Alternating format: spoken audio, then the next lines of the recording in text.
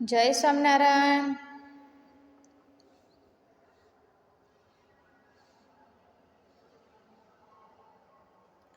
जय स्वामीनारायण विद्यार्थी मित्रों।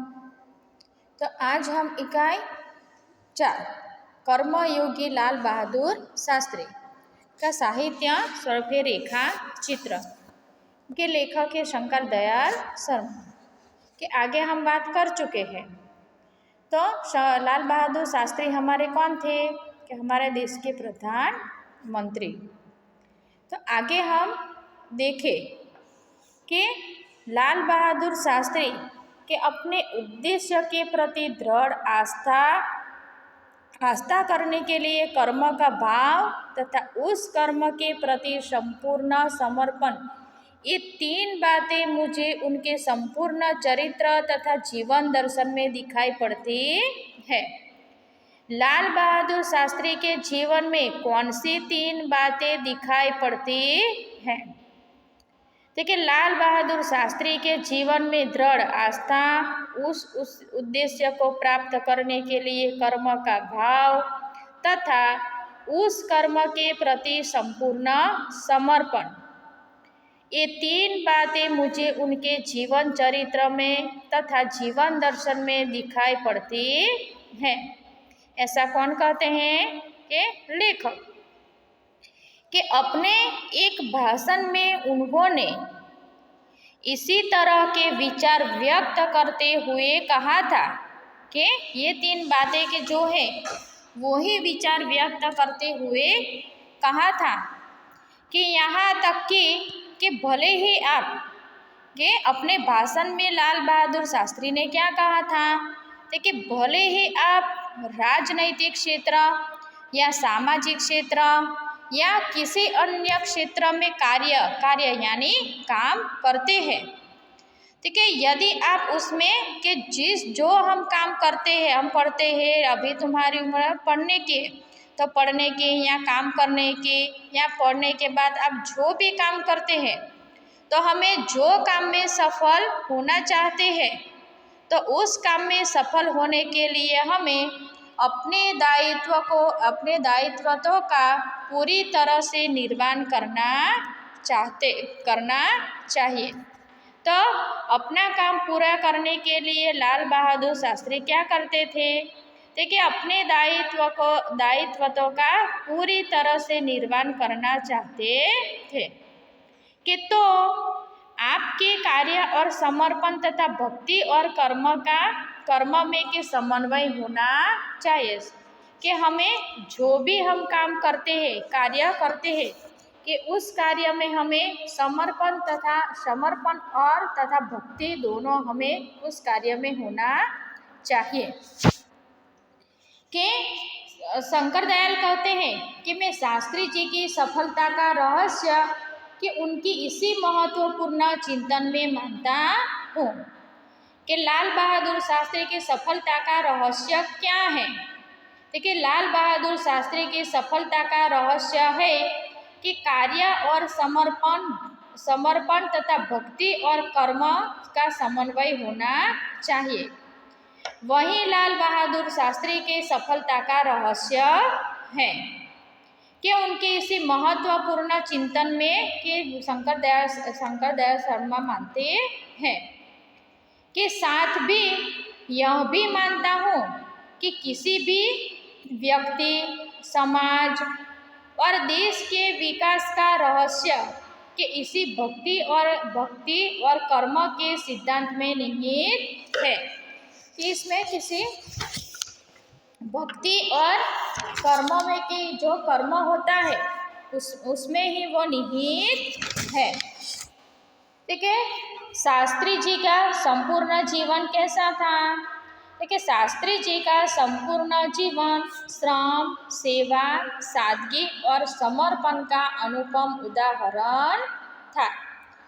कि फिर से कि शास्त्री जी का जीवन कैसा था? देखिए, शास्त्री जी का जीवन संपूर्ण जीवन श्रम, सेवा, सादगी और समर्पण का अनुपम उदाहरण था। देखिए, शास्त्री जी के जीवन में कौन कौन से उनके व्यक्तित्व के जीवन में कौन कौन से गुण थे? कि शास्त्री जी के जीवन में श्रम, सेवा, समर्पण और सादगी का गुण था कि उनके ये गुण केवल उनके कार्य और विचारों में ही अभिव्यक्त नहीं पाते थे। लेखक हमें क्या कहते हैं कि ये गुण हमें उनके विचारों में अभिव्यक्त नहीं पाते थे, बल्कि उनको देखने से इन सभी बातों का हमें एहसास भी हो जाता है। कभी हम देखते हैं कि कोई व्यक्ति में बहुत सारे अच्छे गुण होते हैं, लेकिन उसके देखने के बाद हमें ऐसा नहीं लगता कि ये व्यक्ति के जीवन में ऐसे गुण होते। लेकिन लेखक हमें कहते हैं कि ये शास्त्री जी के जीवन में ये जो गुण है उसे देखने से भी हमें पता चलता है। उनके अपने व्यक्तित्व में विचारों का अनोखा समन्वय था। कैसा समन्वय था कि अनोखा। वे जो कुछ कहते थे वही करते थे, और जो कुछ करते थे वह के एकमात्र राष्ट्र लाभ की भावना से प्रेरित होकर करते थे। वो कैसे करते थे? देखिए, राष्ट्र लाभ की भावना से प्रेरित होकर ही वो करते थे। और कि मुझे लगता है कि यह उनके चरित्र की बहुत बड़ी विशेषता है। शास्त्री जी के चरित्र की बहुत बड़ी विशेषता कौन सी है? देखिए, भावना से प्रेरित होकर काम करना, वो उनके चरित्र की बहुत बड़ी विशेषता है, और जिनके कारण के देशवासी उन पर इतना अधिक विश्वास करते थे कि भारत के देशवासी लाल बहादुर शास्त्री पर क्यों विश्वास करते थे? देखिए, उनके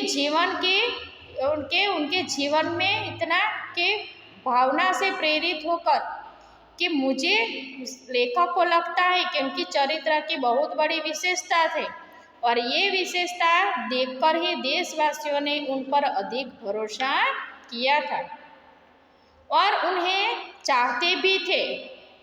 आगे हम बात करें, देखिए, पंडित नेहरू की समृद्ध राजनैतिक विरासत को संभालना और उसे आगे ले जाने का काम कठिन नहीं था। आगे तो कोई भी व्यक्ति ले जाता था कि ले जाने की ताकत रखता है, लेकिन कि देश को उस समय कि यह साफ साफ दिख रहा था, ठीक है, देशवासियों को साफ साफ दिखता था कि उसे संभालने की ताकत के शास्त्री जी में ही है, और कि शास्त्री जी ने अपने के निर्मल चरित्र और दृढ़ संकल्प शक्ति द्वारा देश की इस आकांक्षा को पूरा किया। शास्त्री जी ने देश की आकांक्षा को कैसे पूरा किया? देखिए, शास्त्री जी ने देश की आकांक्षा को निर्मल और दृढ़ संकल्प शक्ति द्वारा देश की इस आकांक्षा को पूर्ण किया कि शास्त्री जी की एक सबसे बड़ी विशेषता यह थी। तो शास्त्री जी की सबसे बड़ी विशेषता क्या थी? देखिए, वे एक सामान्य परिवार में पैदा हुए थे कि शास्त्री जी एक सामान्य परिवार के व्यक्ति थे। यदि हमें कई बार ऐसा होता है कि हमें अच्छा पढ़ना होता है, लेकिन हमें कि नहीं, मेरे पापा के पास इतना पैसा नहीं है, हम गरीब हैं, हम गरीब होकर आगे नहीं बढ़ सकते, ऐसे कई सारे हमने उदाहरण देखे हैं। लेकिन वहाँ हमें कि शास्त्री जी के बारे में हम पढ़ रहे हैं तो कि शास्त्री जी भी एक सामान्य परिवार में पैदा हुए थे, और कि सामान्य परिवार में ही उनकी परवरिश यानी देखभाल के वो सामान्य परिवार में ही वो बड़े हुए थे, और कि जब वो देश के प्रधानमंत्री पद तक पहुँचे तब भी वो सामान्य व्यक्ति ही बने रहे। हमें कि ऐसे हम तो देखें कि कोई व्यक्ति पहले सामान्य होता है और ऊंचे पद पर पहुँचता जाता है, तब उनके जीवन में कई सारा अभिमान आ जाता है, और कि उसे छोड़ के जो उस वक्त उसकी परिस्थिति जो थी वो उसे याद नहीं करता है। लेकिन के शास्त्री जी के सामान्य महत्वपूर्ण पद तक पहुंचने के बाद भी वह सामान्य व्यक्ति ही बने रहे, कि तब भी वह सामान्य ही बने रहे, देखिए उनके जीवन में कौन कौन से गुण दिखाई देने को मिलते हैं। देखिए उनके जीवन में विनम्रता, सादगी और सरलता के उनके व्यक्तित्व में एक विशिष्ट प्रकार के आकर्षण पैदा होता है। देखिए हमें शास्त्री के जीवन में कौन सा आकर्षण पैदा होता है? देखिए विनम्रता, सादगी और सरलता के उनके व्यक्तित्व के ये विशिष्ट प्रकार के गुण ही उनका आकर्षण रहा है। और इसी दृष्टि के शास्त्री जी का व्यक्तित्व बापू के अधिक करीब था। देखिए उनके यही गुणों की वजह से वो बापू के अधिक करीब थे, कि महात्मा गांधी के उनके सभ्य क्यों बनाए थे। देखिए शास्त्री जी का जीवन ही एक संपूर्ण सेवा, समर्पण और सादगी का उदाहरण रहा है। वो जो काम करते हैं वही वो करते हैं। उनके व्यक्तित्व में भी कई सारे गुण दिखाई देने को मिलते हैं।